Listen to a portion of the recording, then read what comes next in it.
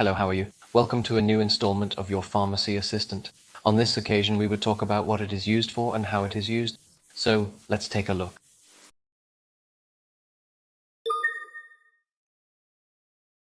Hey everyone, today I'm going to talk to you about a medication that can be a game changer for those who suffer from nausea, Meclizine with Pyridoxine. What exactly is Meclizine with Pyridoxine? It's a medicine that's often prescribed to treat nausea, vomiting, and dizziness associated with motion sickness and vertigo. Imagine you're going on a cruise or a long car ride and you're worried about getting sick. That's where Meclizine with Pyridoxine comes in. But how does it work? Meclizine works by reducing activity in the part of the brain that controls nausea. Pyridoxine, on the other hand, is a form of vitamin B6 that helps prevent vomiting. Together, they can help keep those uncomfortable symptoms at bay. Now let's talk about dosage.